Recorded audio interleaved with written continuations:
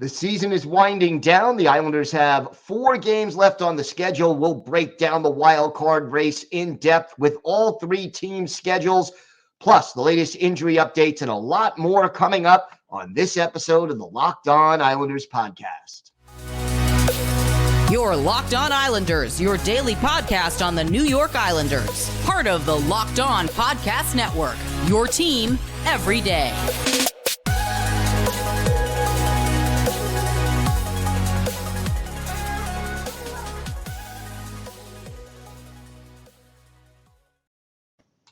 And welcome, everybody, to the Tuesday edition of the Locked On Islanders podcast, part of the Locked On Podcast Network, your team every day. And I want to thank everyone for making Locked On Islanders your first listen every day. We are free and available on all platforms. Make sure you subscribe to your podcatcher of choice so you can get the latest episodes as they come out. This episode is brought to you by Gametime. Download the Gametime app, create an account, and use code LOCKEDONNHL for $20 off your first purchase. We have got a lot to discuss on today's show with the season winding down and the Islanders having only 4 games left on the schedule and in a 3-way fight really for the last 2 playoff spots. We're going to break all of that down and discuss the schedule for all 3 teams, discuss what this team needs to do better in order to make the playoffs, and a lot more. But first, if there's something Islanders related on your mind, if you have a question, a comment, a topic you'd like us to discuss on the show, feel free to send us an email. The email address, lockedonislanders@gmail.com. And if you leave your first name and where you're from, we're happy to mention you on the show when we discuss whatever it is that's on your mind. You can also follow the show on Twitter at Locked On Isles. You could follow me, Gil Martin, on Twitter at Ice Wars, NYRVSNYI. We'll keep you up to date on all the latest Islanders news, notes, and happenings. And I am live tweeting during nearly every Islanders home and road game. So make sure you join me for some instant insight and analysis. And it's always great to talk a little Isles hockey, game time, or anytime. So we're coming down to the home stretch. And after this very disappointing weekend, the Islanders clinging to that first wild card spot as they have 4 games left. The 2 teams chasing them most closely right now are the Pittsburgh Penguins and the Florida Panthers. And right now, the Islanders are 1 point up on Pittsburgh. Pittsburgh has a game in hand. They're 2 points up on Florida. Florida has a game in hand. And you know those regulation wins that the Islanders were counting on? Well, the Islanders still have 38. Pittsburgh and Florida now both have 37. So that tiebreaker is not looking like a lock anymore, unless the Islanders start winning some games in regulation. But this one is going to go down to the wire. And we look at the schedules for each of these teams, and none of them have really hard schedules, but none of them have completely easy paths either. Each of them have certain things that are good news and bad news. For the Islanders, some good news. 3 out of their final 4 games come at home. That is definitely a plus after finishing a 3-game road trip where they went 1-2. To have 3 out of your last 4 at home, definitely a bonus. 3 out of the last 4 games for the Islanders are also against teams who, if the season ended today, would not be in the playoffs. They're playing Tampa Bay Thursday. They are facing Philadelphia Saturday, Monday against the Washington Capitals. That's the only road game left on the regular season schedule. And then the following Wednesday at home on April 12th against the Montreal Canadiens to close out the season. And the Islanders are going to close out that season before the other 2 teams that are right behind them in the wild card standings. Now, again, for the Islanders, how important is playing at home? Well, They're 22-13-3 at home this year, 17-17-6 on the road. So, 9 games over NHL 500 at home, at NHL 500 on the road. There's a big difference having 3 of those 4 games at home. Meanwhile, we have Pittsburgh and Florida also in the chase right now. Pittsburgh has 5 games left. 3 of them happen to be on the road. And 2 of them are against playoff teams, 3 against non-playoff teams. Their schedule is hard the next 2 games and then gets gradually easier. It's at New Jersey tonight. Then on Thursday, hosting the Minnesota Wild, a team battling for first place in their division.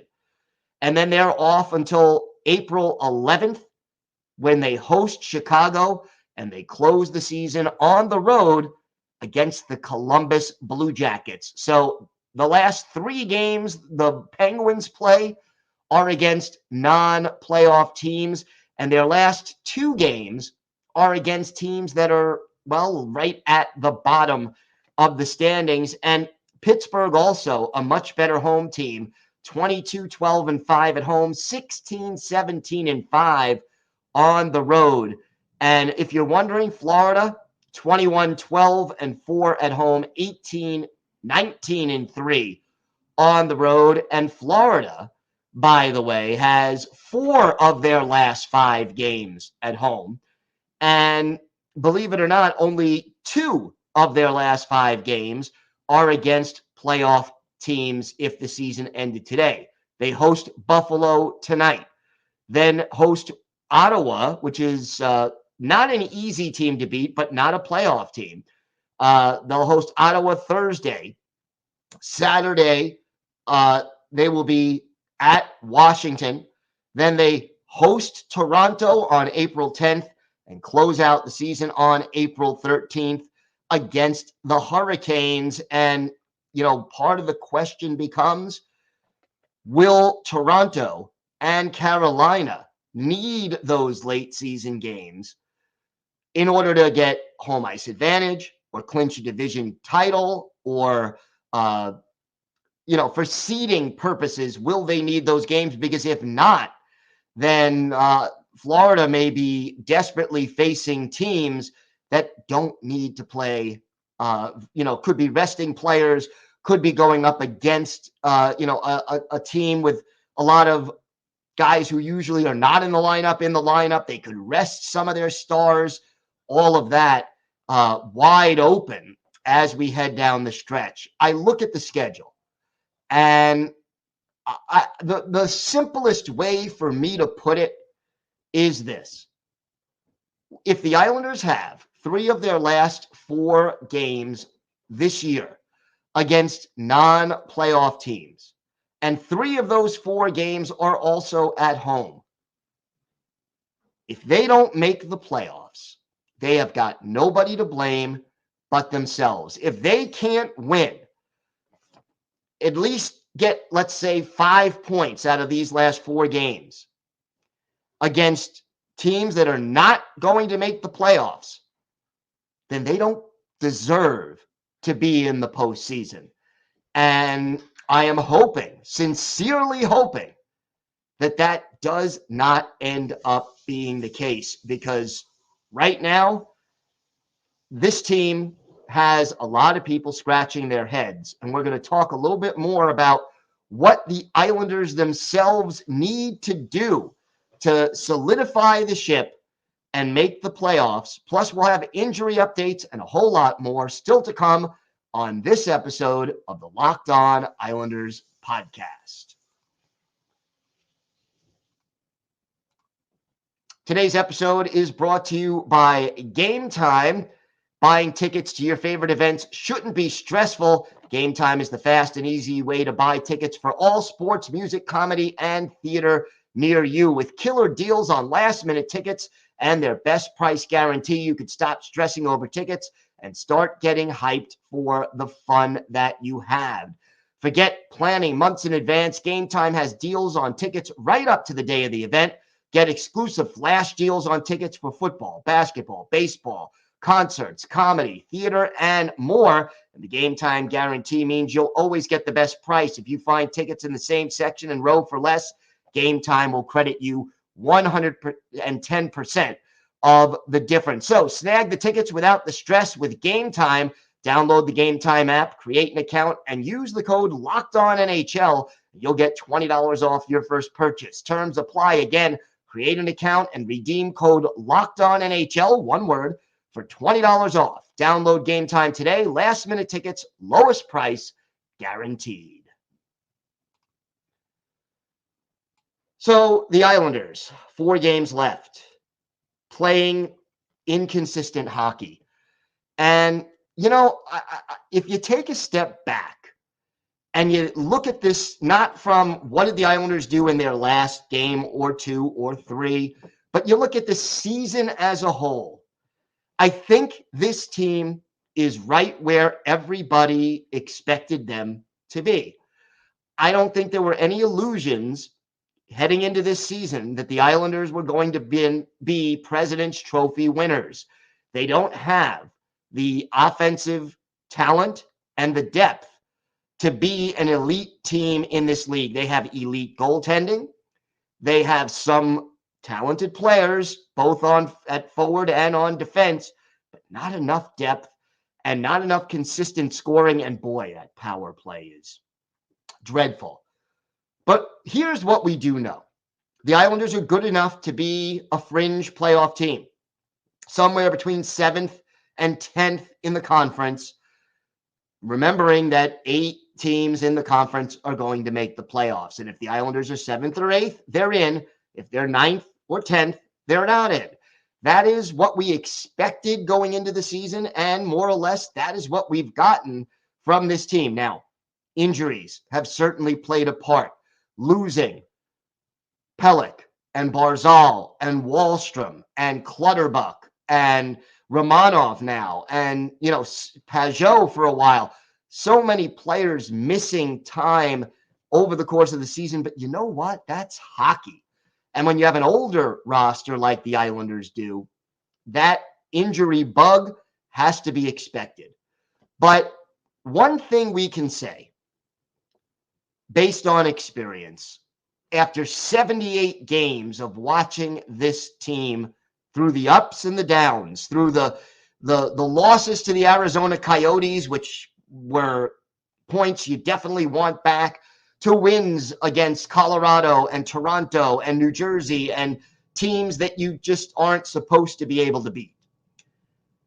The Islanders win when they play defense-first hockey. If this team is going to make the playoffs, if they're going to win 3 of their last 4 games, which I think will definitely get them in, they have to keep it simple. The KISS method. Keep it simple, stupid. That's what it's going to have to be. And it's going to have to be tightening things up in your own end, back checking, and relying on your best player. And who's your best player? Ilya Sorokin. And whether Matt Barzal plays one of the last 4 games or 2 of the last 4 games of the season or not, yeah, it would be great to have him back, but can we really expect vintage Barzy after missing 6 weeks worth of games? Probably not. The advantage of getting Mathew Barzal back in the lineup with a game or 2 left in the season is likely that he gets to get some of that rust off before the playoffs start, if the Islanders do indeed qualify for the playoffs. So it's got to be the defense. It absolutely has to be the defense and the goaltending that gets this team to the playoffs. And when I say the defense, I'm not just talking about the 6 defensemen that are going to be out there on the ice. No, it's got to be all 18 skaters that are dressed, thinking defense, getting back checking, picking up your man through the neutral zone, playing defense in a smart way. being physical when you need to, being tough when you need to be, getting yourself between the potential shooter and the goal, making sure your goalie sees the puck, clearing away rebounds, not allowing odd man rushes with regularity, especially on the power play, for crying out loud. Defense is what this team wins with. Defense and goaltending. And if they think they're going to win game 6-4 and make the playoffs, it's unlikely to happen. But 3-2, 2-1, that they can do. But they have to go back to basics. And right now, I'm going to say this. It may be more important for the New York Islanders to get Alexander Romanov back right away than it is to get Mathew Barzal back right away. Hear me out on this one. The Islanders have some defensemen on their roster who are vulnerable in their own zone.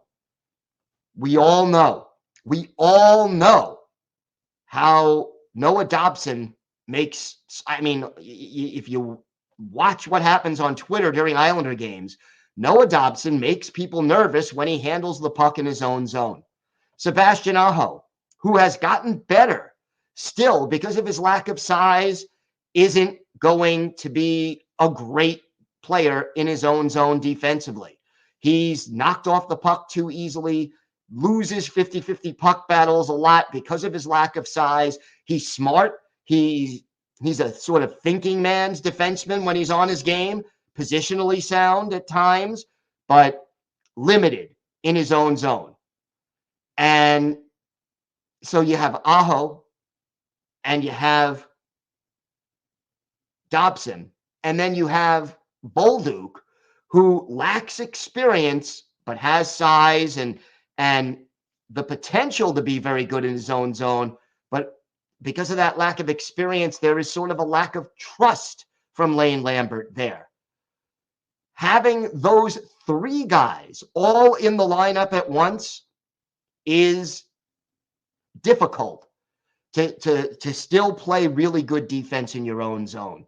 Getting Romanov back, and hopefully by Thursday he'll be able to come back. That would be a huge difference for this Islander team, because defense is what got this team to where they are with a chance to make the playoffs after 78 games. And defense is what's going to get them to the playoffs or not to the playoffs.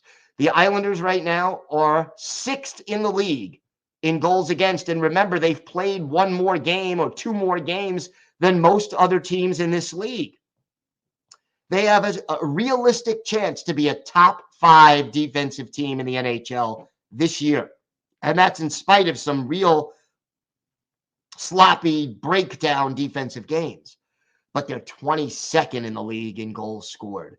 And they'll be lucky to get into the teens. They are in the bottom third of the league in scoring. They are 30th out of 32 teams on the power play. Defense is going to be the key for the Islanders. And playing against teams like Montreal and Philadelphia, that allows the offense some more opportunities, because those are not good defensive teams. But defensively, the Islanders still have to be aware. We know what Tampa Bay can do. We know what Alex Ovechkin in Washington can do. We know there are some talented players on Philadelphia and Montreal, and they'll be loose because they have nothing to lose.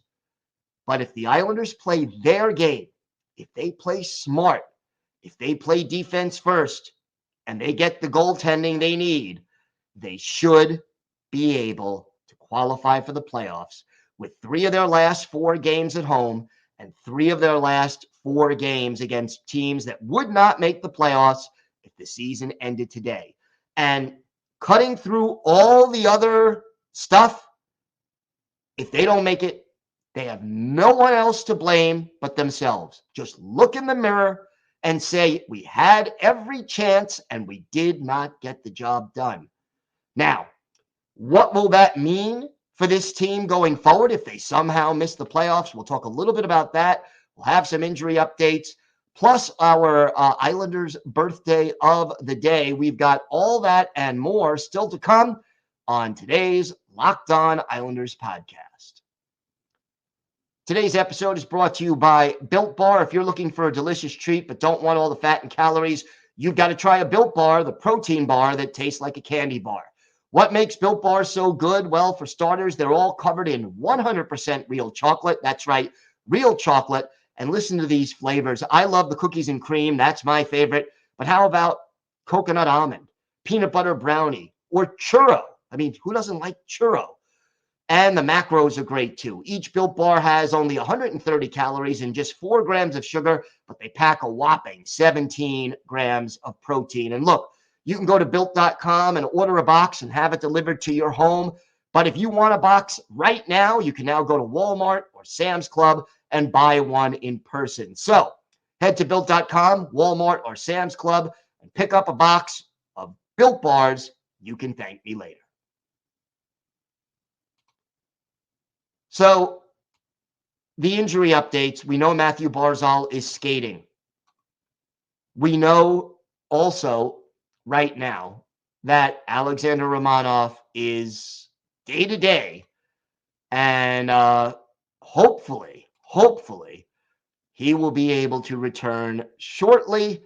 And, you know, they've got to get him back. There's just no question.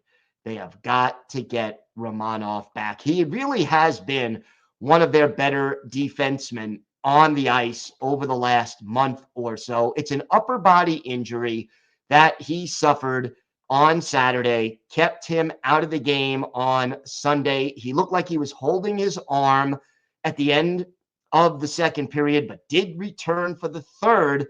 And let's hope he could do it. He's been teamed with Ryan Pollock, and that's been the really good defensive pairing. And the Islanders need him back again. As far as Barzal is concerned, he has begun to skate. And the question just becomes when he is able to come back. I'm still saying it's maybe one of the last 2 or the last regular season game that they're going to want to have him back, but we don't know. Little bit of other news. The Islanders have signed a couple of college free agents. We mentioned Aiden Fulp last week. They did sign him. Big guy, 6'4", 215 pounds, a right shot defenseman. Big guy, Western Michigan grad. And then they signed Travis Mitchell as well. Another big guy. He went to Cornell, had 19 points in 34 games.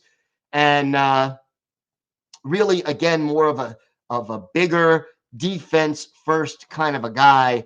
And those two will be headed to Bridgeport. So we did want to mention that. If the Islanders don't make the playoffs, will this organization make significant changes? We know, or we believe, because Lou Lamoriello refuses to admit it, that Lou Lamoriello's contract is probably up at the end of this year. We'll see whether or not it actually, whether he retires or returns. And if he doesn't return, does his son become the new GM, or do the Islanders look elsewhere? And then coaching-wise, we've talked all year about how Lane Lambert is growing into the position. If they don't make the playoffs, is he back? If Lou Lamoriello is back, does he fire Lane Lambert after just 1 year? Because we know Lou Lamoriello has changed coaches often, even when his teams were winning. Or if Lou Lamoriello doesn't return, would a new GM want to bring in a new coach? A lot of questions out there. Lane Lambert, again, learning on the job. I see some things I like about him. I see some growth, but I also see some inconsistency, which I guess any rookie, whether you're a player or a coach, is going to go through that. If the Islanders miss the playoffs, though, his job certainly gets a little less secure. One other piece of news, Brendan Burke, not going to do Yankee games this year, but he will be working on Peacock, calling baseball games during the summer. And that will be the Sunday Major League Baseball package on Peacock. So congratulations to Brendan Burke, but doesn't mean necessarily that he's leaving the Islanders just yet, although his national profile keeps on getting bigger, and that makes it more likely that he will eventually leave the Islanders broadcast team, but I hope not from a selfish standpoint, because I really enjoy watching and listening to his calls, but certainly I wish him all the best professionally and personally.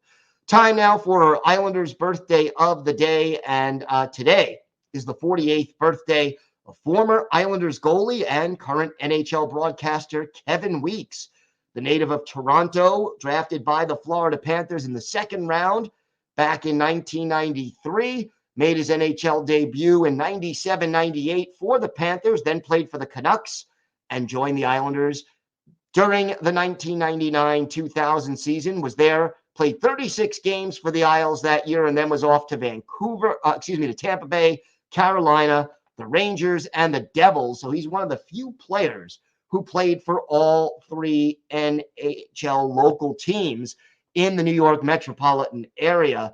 And, you know, Weekes 6'2", 215, he's got good size. And, you know, the Islanders were not a particularly good team the season he was here, but he kept them in some games. One of his better games at the Air Canada Centre in Toronto, Islanders Maple Leafs on March 22nd, 2000. And this was a game where the Islanders allowed 39 shots on goal and only managed 26 on former Islander goalie Glenn Healy. But the Islanders won it because Kevin Weekes made 37 saves.